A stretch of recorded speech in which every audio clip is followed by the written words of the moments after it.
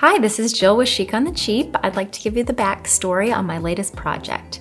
We are at the newly constructed Ritz Carlton residence on the former site of the Quay in downtown Sarasota. This is a 3,800 square foot unit that has 3 bedrooms, 3.5 bathrooms, a den, and 3 balconies. The owners hired me about 2 years before construction completed, and this allowed us to form a nice relationship where we could create spaces that were highly unique, highly personal, and highly functional. I strongly recommend you take their lead and engage your interior designer early. We had a few challenges that we had to work around, and those challenges brought us to where we are today, which is about at 85% and holding. They own a high-end condo in Boston that is just not selling. And until it does, we will not have all of our furniture and artwork. So the first stop is the private elevator foyer. In my opinion, this space was pretty chaotic. There were 6 doors, well, 7 if you include the double entry doors. And I wanted to clean things up and make a clear delineation on your access points. We sourced beautiful linen fabric from Holly Hunt, and we draped the walls. We're not concealing windows, we're covering air conditioning doors, service elevator doors, and that really tells you where you're supposed to go, doing that little trick of just hanging drapes. The homeowners have a lot of great artwork, and we wanted to highlight one of their prize pieces in the foyer. We added a wood surround and backlit it and hung the Belgian lady in the middle. So right when you walk off the elevator foyer, you see her front and center. She's the star. I really like small details, so instead of simply putting down an area rug, we cut the tile, we inset some carpet, and what this did was it allowed the carpet and the tile to be at the same level. Okay, the last thing we did in this space is probably the coolest. We removed the double entry doors and we put in a pivot door. That has so much wow factor. It might be my favorite thing. So as you enter the unit, to the left, we have a hall leading to the guest wing. The bedrooms are mostly storage rooms at this point, but we do have beautiful bathrooms with wonderful wallpaper. Until the day comes when their Boston condo sells, we won't have furniture, but that's okay. Let's move on to the powder bathroom. We went for a monochromatic look in this small powder bathroom. We added charcoal and silver metallic grass cloth to tie into the coloration of the cabinetry. And we also added a sheet mirror and mounted wall sconces to the face of the mirror for good illumination. In my humble opinion, a proper den has wood paneling. Typically, I think of wood paneling as more of a traditional feel, but we did a modern take on this. We used rift-cut oak, we did a light stain, and then we did a flat stock profile for our molding detail. This is the pantry. The wine pantry, not a food pantry. They have a great big kitchen and it's got a lot of storage, so we don't need a pantry in the traditional sense. We outfitted it with hickory cabinetry with a light blue stain that ties into the countertop. This countertop is Crystalita blue marble, and we underlit it. It doesn't show great in the video, but I promise at night this is stunning. We have a nice Sub-Zero wine cooler, and then we have some drawer, freezer, and refrigerator units. Here we are in the kitchen, and we kept things simple. They really like their Boston bar stools, dining chair, and dining table. So we said, let's not reinvent the wheel, let's add to it. This is a bigger unit than their condo in Boston.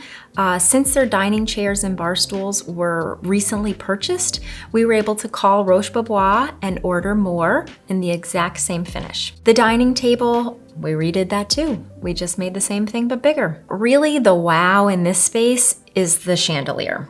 So we wanted all of the attention to go on that. So instead of putting pendant lights over the kitchen island, we added these really small pinhole size lights. They're called the Minus from A Pure. We purchased them through Light Up Your Life, and they really put out a lot of light, but they disappear into the ceiling. This keeps all the attention on the dining room chandelier. This is the Momentum 48 from Ochre, and it's a great story. This fixture is kismet.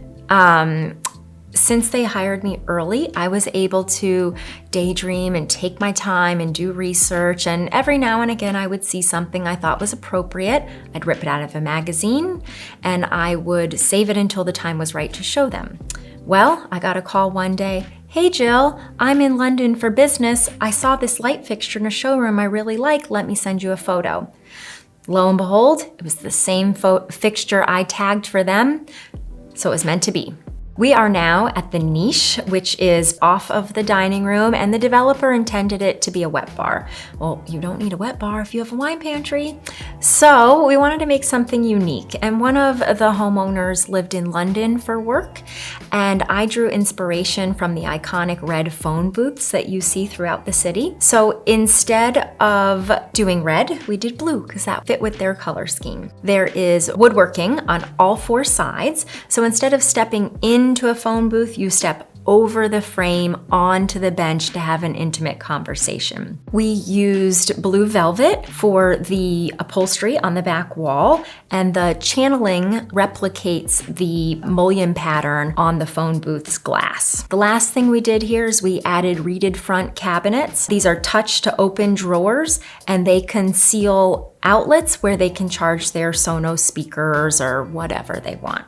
So this space functions, but damn, it looks good. Now we're in the great room. This is where my clients spend most of their time. So we elected to drop a ceiling and add trimless recessed can lights. We did two fun things here. We added a tape light on the perimeter that gives a floating feel, and it also is color changing, but I like it on white. We also added a Venetian plaster finish to the bottom that just brings another dimension to the space. So you'll notice there's not a TV in this room, or is there? You can push a button and the piece of art rolls up and there's your TV. Beautiful.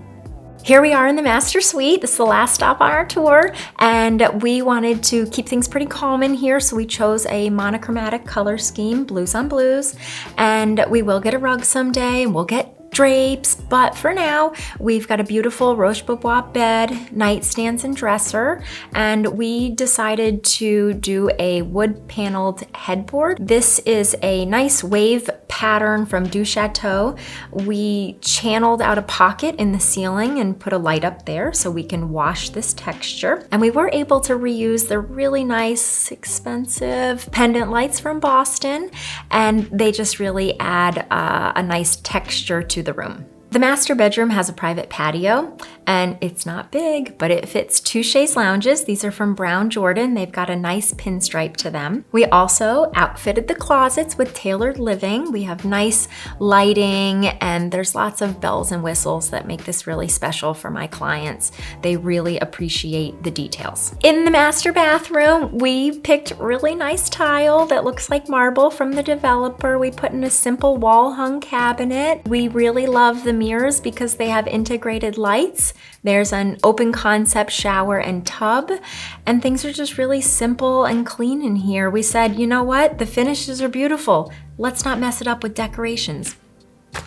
Well, this completes our tour. Thank you for joining me. I hope you enjoyed seeing how we outfitted the unit and the progress to date.